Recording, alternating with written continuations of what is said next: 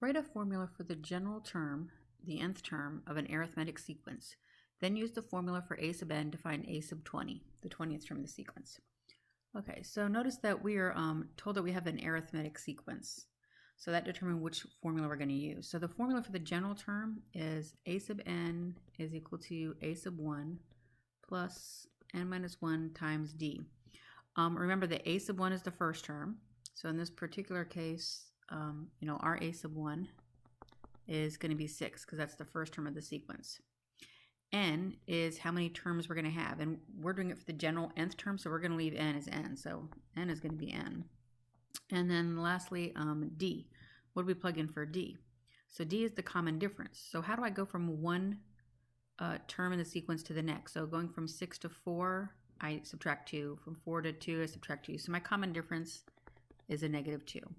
Okay, so I'm going to plug these in here. So a sub n is going to be equal to my first term. So I get 6 plus n minus 1 times a negative 2. And now it's just a matter of simplifying.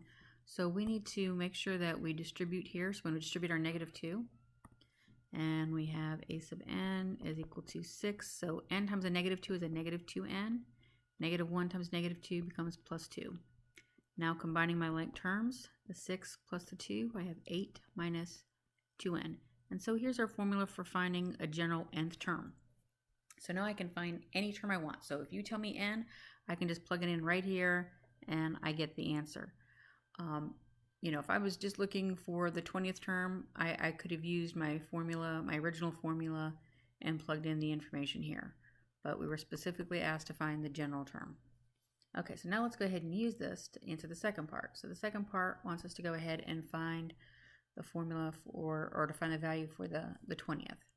So a sub 20 is going to be equal to, if I'm using this formula here, 8 minus 2 times n, and n is 20. So we have 8 minus 40, which will be negative 32. All right, so that's using my general formula that I found in the first part to find the 20th term of a sequence.